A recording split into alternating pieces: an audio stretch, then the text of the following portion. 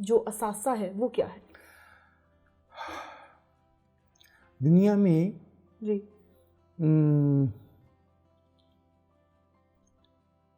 کوئی ایسا ملک نہیں ہے جس کے پاس ضرورت کی ہر چیز ہو. بہت سے ممالک ایسے ہیں جن کے پاس بندر کا پورٹ نہیں ہوتی, بالکل لینڈ لاکڈ ہوتے ہیں. ہاں جی ٹھیک ہے, ان کی سمندر تک ایکسیس نہیں ہوتی, ان کو تجارت میں دقت پیش آتی ہے.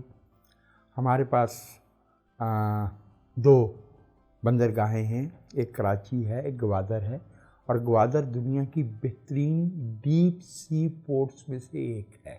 جی ڈیپ سی کا مطلب یہ ہے کہ ہمیں اس میں وہ بنانے کی ضرورت نہیں ہے جو گودی ہوتی ہے جہاں سے, یعنی جہاز کئی میل اندر ٹھہرتا ہے سمندر میں, اور چھوٹی کشتیوں پہ سامان لاد کے جو ہے وہ لانا پڑتا ہے. ڈائریکٹ جو ہے نا وہ کوسٹ پہ آ کے بڑے سے بڑا جہاز جو ہے وہ رک سکتا ہے. نیچرل ہے ہماری گوادر کی بندرگاہ, جو ہم نے 1958 میں بیرلی $7-8 کروڑ میں عمان سے خریدی تھی. یہ گوادر کی بندرگاہ, یہ پاکستان کا حصہ نہیں تھی. ٹھیک ہے, دنیا کے بہت سے ممالک ایسے ہیں جن کے پاس معدنیات نہیں ہیں, مثلا جاپان, مثلا جرمنی. ٹھیک ہے, کسی کے پاس تیل ہے. جاپان کی جو میڈین ایج ہے وہ اتنی زیادہ ہے کہ ڈیموگرافک امبیلنس ہے. ہمارا ملک جو ہے وہ معدنیات میں, تیل میں چیلنج ہے.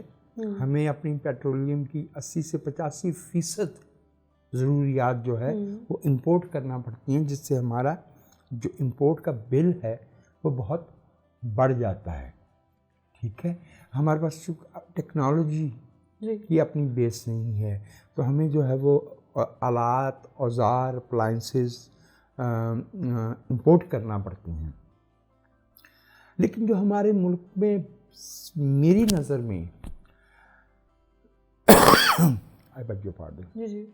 سب سے بڑا اثاثہ ہے وہ یہ ہے کہ ہماری میڈین ایج, اوسط عمر ہمارے ملک میں وہ 22.8 سال ہے.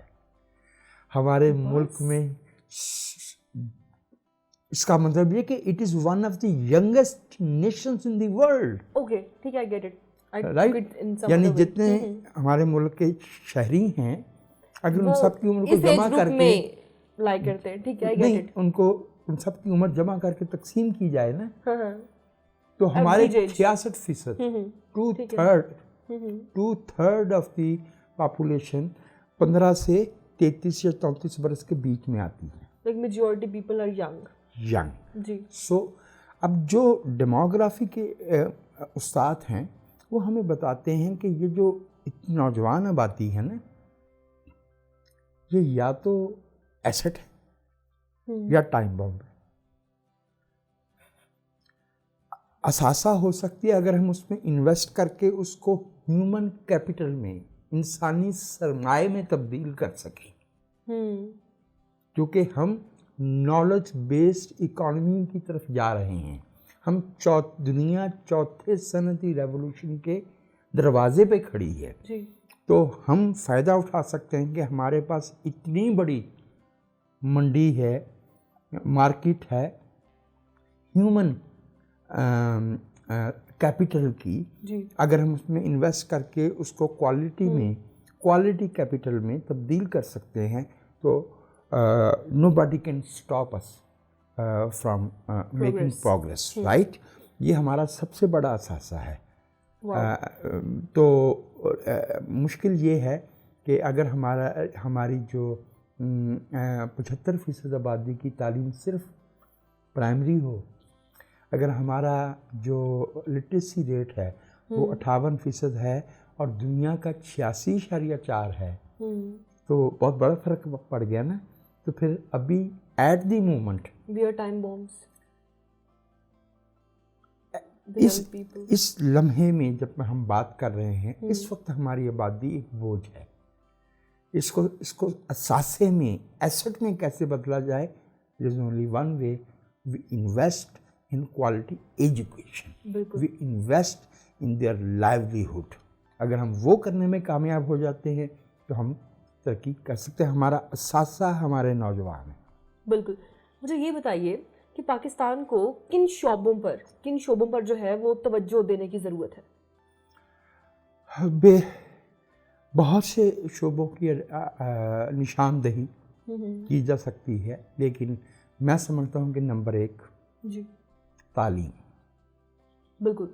نمبر 2 ہمیں اپنے ملک کے قوانین، پالیسیاں اور جو رہن سہن کا طریقہ ہے اس کو تبدیل کرتے ہوئے جو ہم نے آبادی کے مختلف حصوں میں فرق پیدا کر دیا ہے، امتیاز پیدا کر دیا ہے عورت اور مرد میں، مسلم اور نان مسلم میں، یہ تباہی کا راستہ ہے. اس سے دیکھیے میرے استاد مرحوم ڈاکٹر اقبال احمد فرمایا کرتے تھے کہ ترقی ایسے نہیں ہوتی کہ معاشرے کا کوئی حصہ، جیسے کوئی ہاتھ ہے نا، یہ 20 فٹ کا ہو جائے، یہ والا ہاتھ جو ہے یہ 6 انچ کا رہ جائے، یہ والی ٹانگ بڑھ کے جو ہے نا وہ 15 فٹ کی ہو جائے، یہ 1 فٹ کی رہ جائے. اس کو غیر ہموار ترقی کہتے ہیں. یہ نہیں ہو سکتا کہ بلوچستان پسماندہ ہو اور پنجاب ترقی کرتے. پنجاب کی ترقی اور بلوچستان کی ترقی اور سندھ کی ترقی اور کے پی کی ترقی اور گلگت بلتستان کی ترقی اور آزاد کشمیر کی ترقی اس میں ایکول پیس پہ ہونی چاہیے. اور ہمیں تمام زبانوں کے جو بولنے والے ہیں، تمام ثقافتوں کے جو ماننے والے ہیں، بھلے وہ عورتیں ہیں یا مرد ہیں، ہمیں انہیں ترقی کے ایک جیسے مواقع دینے چاہیے. اٹ از ود سم ایمبیرسمنٹ کہ مجھے یہ کہنا پڑ رہا ہے کہ ہمارے ملک کے قوانین میں، پالیسیوں میں اور معاشرتی اقدار میں امتیازی سلوک، ڈسکریمنیشن ٹریٹمنٹ بہت زیادہ پایا جاتا ہے. اس کے نتیجے میں امیر اور غریب کا فرق بہت زیادہ ہے. تو اس کے نتیجے میں ہمیں نقصان ہو رہا ہے. ٹھیک ہے، ہمیں اس پہ توجہ دینے کی ضرورت ہے. پہلے میں نے کہا تعلیم، پھر میں نے کہا یہ پھر ایک بہت اہم چیز ہوتی ہے انڈیکیٹر ترقی کا، صحت. ہم اپنے ملک میں اپنے جی ڈی پی کا بیرلی 1.5 سے 2% جو ہے وہ پبلک ہیلتھ پہ خرچ کر رہے ہیں. ہمارے ملک میں ایک ہسپتال کا جو بستر ہے وہ کئی ہزار مریضوں کے تقسیم ہو رہا ہے. ہمارے ملک میں جو ہے 1 سال کی عمر سے پہلے مر جانے والے بچوں کی تعداد بہت زیادہ، جسے ہم انفینٹ مورٹیلٹی ریٹ کہتے ہیں. ہمارے ملک میں بچوں کی پیدائش کے دوران انتقال کر جانے والی ماؤں کی تعداد بہت زیادہ ہے. بنیادی وجہ اس کی یہ ہے کہ ہیلتھ فیسلٹیز موجود نہیں ہیں. ہیلتھ فیسلٹیز موجود نہیں ہوں گی تو سوسائٹی جو ہے وہ ایک محفوظ اور ترقی یافتہ اور ایک صحت مند معاشرہ نہیں ہو سکتی. تعلیم پہ ضرورت ہے، صحت پہ ضرورت ہے، ڈسکریمنیشن کو ختم کرنے کی ضرورت ہے. اور سب سے اہم بات، تعلیم صرف کاغذ کے ٹکڑوں کا نام نہیں ہے کہ جو ڈگریاں ہم نے بانٹی ہیں. تعلیم کا مطلب یہ ہے کہ ہمارے لوگ اپنی عمر کے لوگوں کا دنیا بھر کے لوگوں سے مقابلہ کرنے کا قابل ہوں. آپ 22 برس کی ہیں تو آپ کی اہلیت، قابلیت، سکل، مہارت دنیا کے کسی بھی خطے میں رہنے والی 22 سالہ لڑکی کے برابر ہونی چاہیے. اگر میں 55 برس کا ہوں اور میرے پلے کچھ نہیں ہیں، میں نے اب تک کچھ کیا نہیں ہے، اور دنیا میں مجھے دیکھنا پڑے گا کہ 55 برس کی عمر کا بندہ جو ہے اس کی مہارت، اس کا تجربہ، اس کی سکل وہ کیا ہے.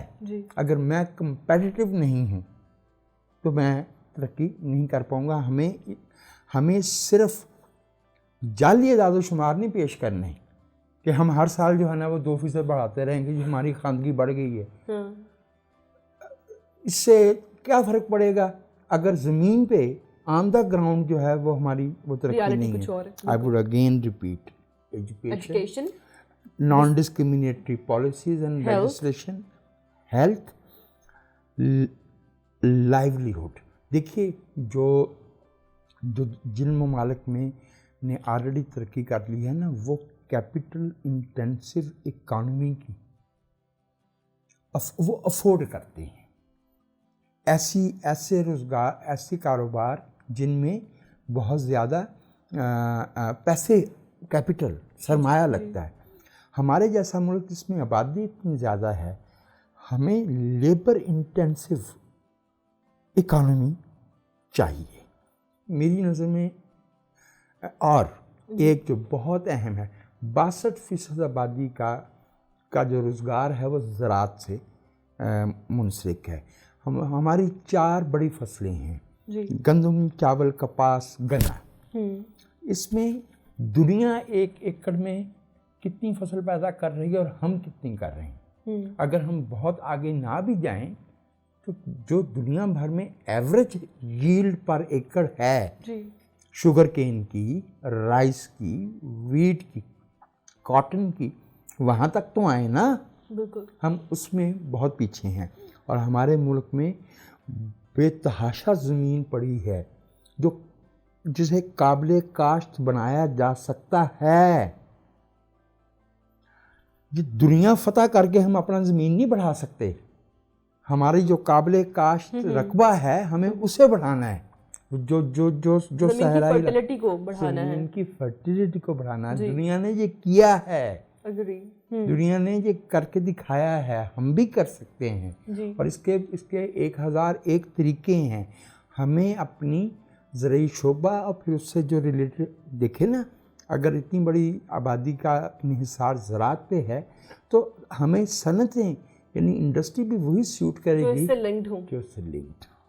These are some of the areas. Of course tourism ہو سکتا ہے اور بہت کچھ ہو سکتا ہے۔ ہمارے پاس دنیا کے 2 بڑے قابل احترام مذاہب کی مقدس ترین جو مقامات ہیں وہ ہمارے ملک میں ہیں۔ ایک تو سکھ ہیں، ان کے کم و بیش سبھی جو مقدس مقامات ہیں وہ پاکستان میں ہیں۔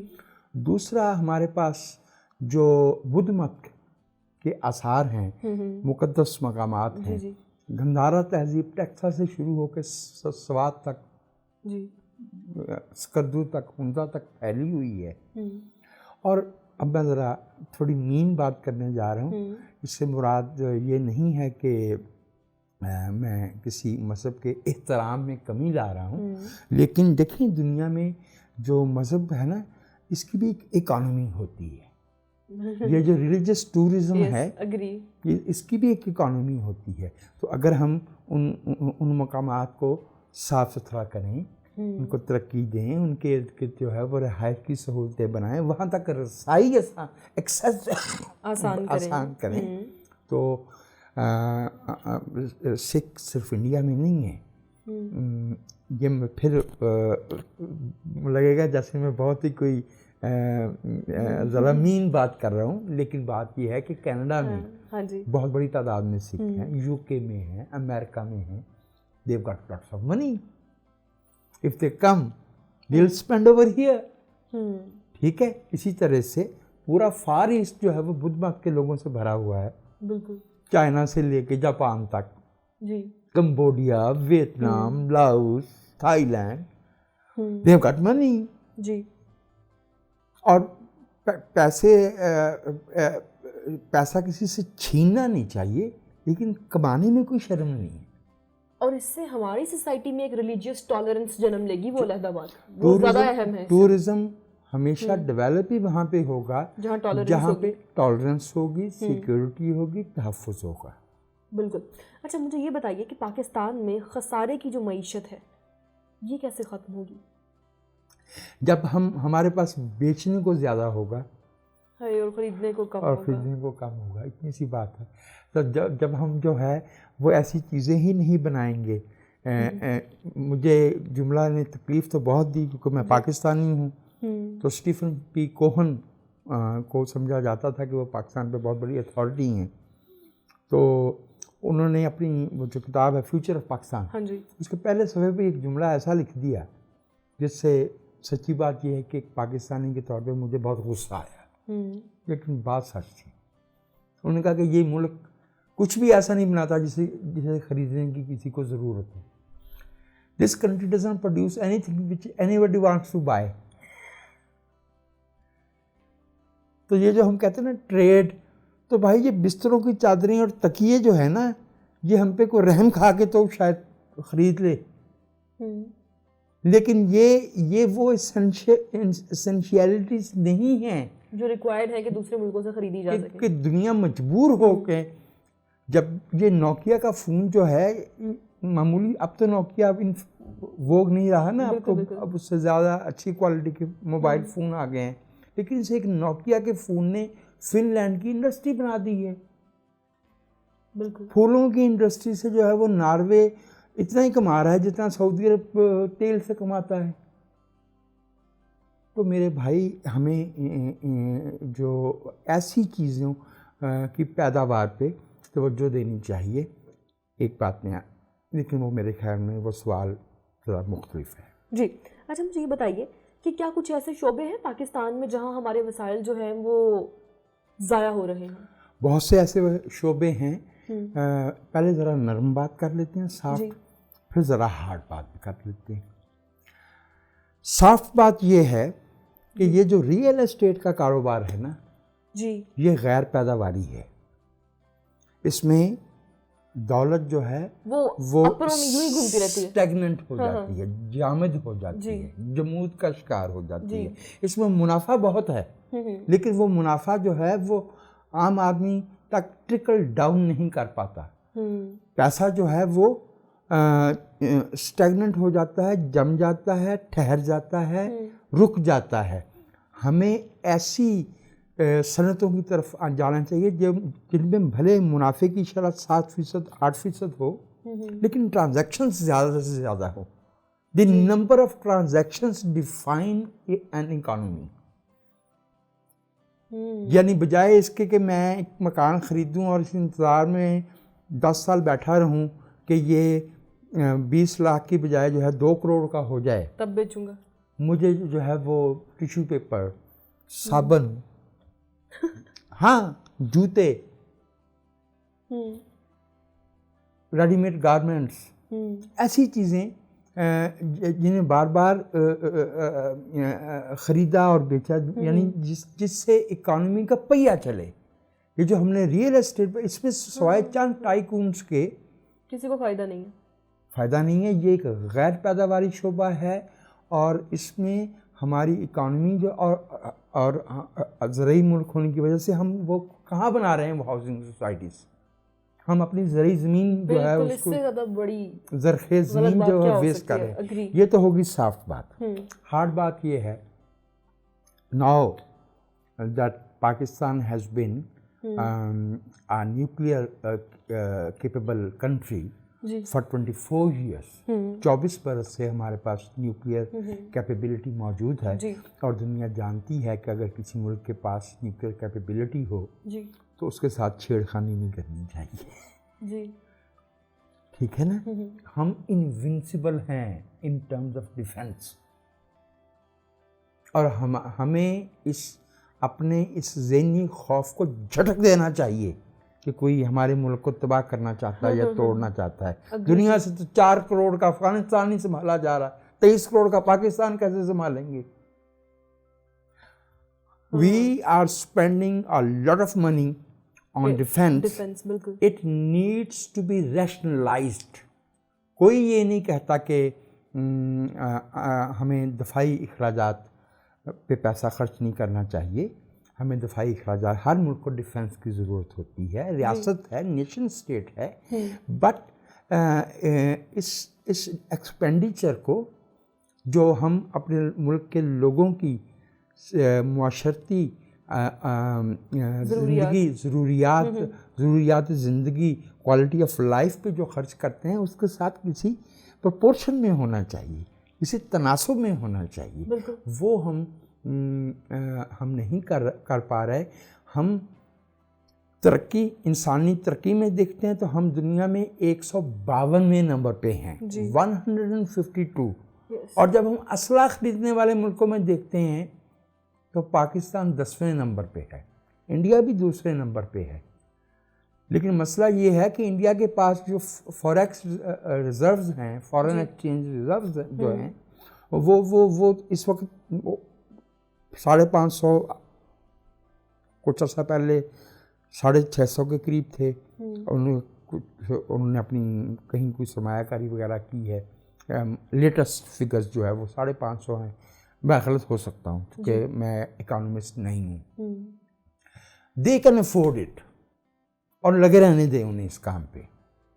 وی should think about the improvement and progress of our country. ہمیں اپنے لوگوں کا معیار زندگی بہتر کرنا ہے. ہم نہیں افورڈ کرتے کہ انسانی ترقی میں ہمارا 152واں نمبر ہو اور اسلحہ خریدنے والے ملکوں میں ہم 10ویں نمبر پہ ہوں. ہمارے پاس کوئی سعودی عرب کی طرح تیل تو نہیں ہے نا، تو وہ افورڈ کرتے ہیں، ان کے تو نیچے سے نکلتا ہے نا جو بھی سرمایہ ہے. ہمیں تو ادھر لگانا ہے. اور ان کے پاس تو ریلیجیس ٹورزم بھی ہے. وہ تو اور کس کے پاس ہے؟ سب نہیں، وہ دنیا میں اور بھی بہت سے ممالک کے پاس ہے، بس سعودی عرب. ہاں، لیکن ظاہر ہے کہ دنیا میں 2.25 ارب مسلمان بستے ہیں، اور انہوں نے اس کو جو ہے وہ باقاعدہ تجارتی پیمانے پہ آرگنائز کیا ہے. تو لیکن میں جو عرض کر رہا تھا، میں کسی دوسرے ملک پہ تنقید نہیں کرنا چاہتا. جب ہم اپنے ملک کی ترقی کی بات کرتے ہیں تو اس کا مطلب یہ نہیں کہ ہم دوسرے ملکوں کو برا سمجھتے ہیں یا انہیں نیچا دکھانا چاہتے ہیں. یہ ہمارے اپنے ملک کے لوگوں سے، اپنے ملک سے محبت کا تقاضا ہے کہ ہم وہ بات کہیں جو ہم سمجھتے ہیں کہ ہمارے ملک کے حق میں بہتر ہے. بالکل بالکل. جی تو آج کے ایپیسوڈ سے اتنا ہی. مزید ایپیسوڈز دیکھنے کے لیے چینل سبسکرائب کیجیے، بیل آئیکن کو ضرور پریس کیجیے اور اپنا خیال رکھیے.